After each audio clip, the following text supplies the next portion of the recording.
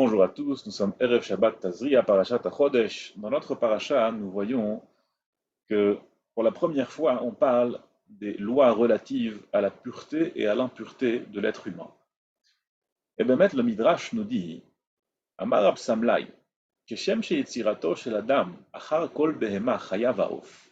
Au même titre que la création de l'homme a été faite après la création de toutes les créatures humaines, toutes les créatures, animales, de toutes les autres créatures du monde, l'homme a été créé. Ainsi, les lois relatives à sa pureté et à son impureté ne viennent qu'après les lois de toutes les autres créatures. Ce serait intéressant de noter ce parallèle que le Midrash nous met en avant. Au même titre que dans la création du monde, on voit que Kadosh Baruch Hu a créé l'homme après toutes les créatures, aussi dans les lois relatives à la pureté et à l'impureté, on voit ça. Et la question qui se pose, c'est quel rapport entre les deux choses? Ça, c'est la création du monde, ça, c'est les lois de la pureté et de l'impureté. Alors, a priori, ce n'est pas vraiment un explicatif. Pourquoi est-ce qu'on a décidé de mettre l'homme en dernier dans les lois de la pureté, de la Touma et la Tahara, la pureté et l'impureté? Alors, on va essayer de comprendre cela selon un enseignement que nous dit le Zohar HaKadosh. Le Zohar HaKadosh nous dit que l'homme a été construit, créé en dernier. Pourquoi? Parce que l'homme inclut toutes les créations qui l'ont précédé. Ça veut dire que plus on avance dans la création, plus les créations sont élaborées et complètes. Et l'homme, la dernière créature qui a été créée par HaKadosh Baruch Hu, engendre dans son âme toutes les créatures de ce monde-ci. Mais il faut savoir quelque chose. En vérité, à la base, l'homme devait inclure dans sa personne, dans son âme, seulement les points positifs de la créature. Malheureusement, une fois que l'homme a fauté, il a inclus dans son être les éléments positifs comme les éléments négatifs. On retrouve un phénomène très intéressant dans les lois de la pureté et de l'impureté. Une créature, mis à part l'homme, si elle est impure, elle est impure.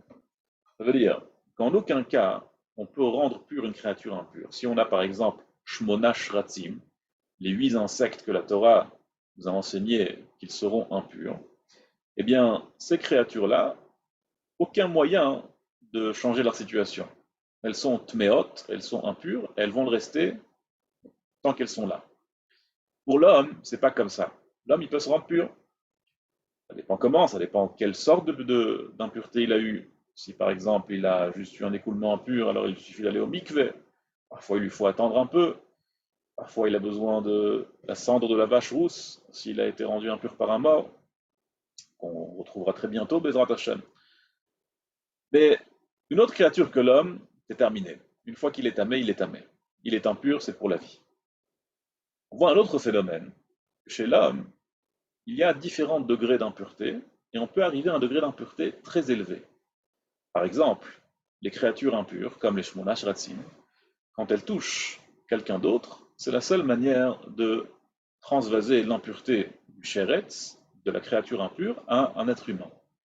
Chez un homme, il y a différentes et diverses manières de transférer l'impureté. Par exemple, certains rendent tamé bemassa en soulevant, certains bemaga, certains, c'est simplement en étant dans la même maison, be'ohel, quand il y a un mort. On retrouve aussi un autre phénomène intéressant chez l'homme, que l'homme rend impur, qu'il soit vivant ou mort. En revanche, les shmona shratzim, les créatures qui rendent impures, elles rendent impures seulement si elles sont mortes. Et chez l'homme, c'est pas comme ça, même s'il est vivant. Alors on va essayer de comprendre à travers cet enseignement du Zohar HaKadosh et du Nefesh HaChaim quel est le sens de l'impureté de l'homme.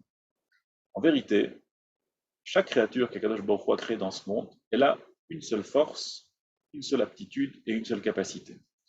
Ce que Akadosh Baruch Hu a créé pur, Akadosh Baruch Hu a créé pur. Ce qu'Akadosh Baruch Hu a créé impur, il a créé impur. L'homme, ce n'est pas du tout comme ça. L'homme, tout dépend de lui. S'il veut, il peut être le pire. À tel point qu'on lui dit, comme dit le Midrash, Yatush kadamcha, zvuv kadamcha. Ça veut dire, on lui dit, tu vaux rien. Tu sais, ce qui a été créé avant toi, une mouche a été créée avant toi. Un moucheron a été créé avant toi. Ça, c'est l'homme qui prend toutes ses capacités, ses aptitudes pour le mal. Cette personne-là, même une mouche vaut plus que lui. Au contraire, si une personne prend toutes les capacités pures qu'elle a, elle peut être aussi tzaddik que Moshe Rabbeinu, comme dit le Rambam, le Maïmonide. Et plus que ça, il peut même être comme un ange, comme Malachi Hacharet, s'approcher en tout cas du niveau des anges. Par conséquent, l'homme, en vérité, sa touma est très variable, son impureté est très variable. Il peut être très très impur, comme il peut être très très pur. Il peut rendre impur quand il est mort, même quand il est vivant, c'est comme s'il était mort. Ça, c'est la touma et la tahara. C'est la raison pour laquelle on nous enseigne la touma et la tahara après avoir enseigné la pureté, les lois d'impureté et de pureté de toutes les créatures, pour nous enseigner que l'homme inclut dans son être, dans sa personnalité, toutes les sortes, toutes les possibilités de pureté et d'impureté, au même titre que l'homme a été créé en dernier. Et Iratson, Vezrat Hashem, qu'on puisse tous rester Bekdusha Vetahara dans la plus grande pureté toute nos vies. Kol Tov, Shabbat Shalom.